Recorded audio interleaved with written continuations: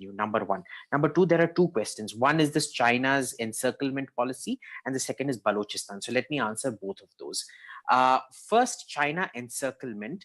This is the last thing we need to worry about at the moment.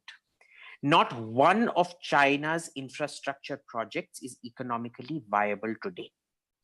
To date, I know at least 100 experts who have keep going to China and asking the Chinese, show us your cost benefit analysis, show us your cost benefit analysis. They have none. So they've got a port at Hambantota, but what does it mean? Instead of the entire Chinese fleet, they're breaking away 2-3 ships at a moment, which are much easier to target and take out at any given point of time, right? Gwadar, all of these things. You can station 10-15 boats there, that's fine. But remember, it makes it a much smaller localized force. You're splitting your forces, which makes it easier to attack those forces, especially when they're closer to us. So I wouldn't get too worried even militarily. Now, the problem is our military isn't thinking in terms of defeating these kind of things. We're still so stuck on prestige projects like aircraft carriers and things. And even in your aircraft carriers, you're now going to have 3 aircraft carriers. All 3 of them are going to operate 3 different aircraft. So this, economies of scale is never going to come to play. You are never going to, the 3 aircraft carriers will not be able to talk to each other.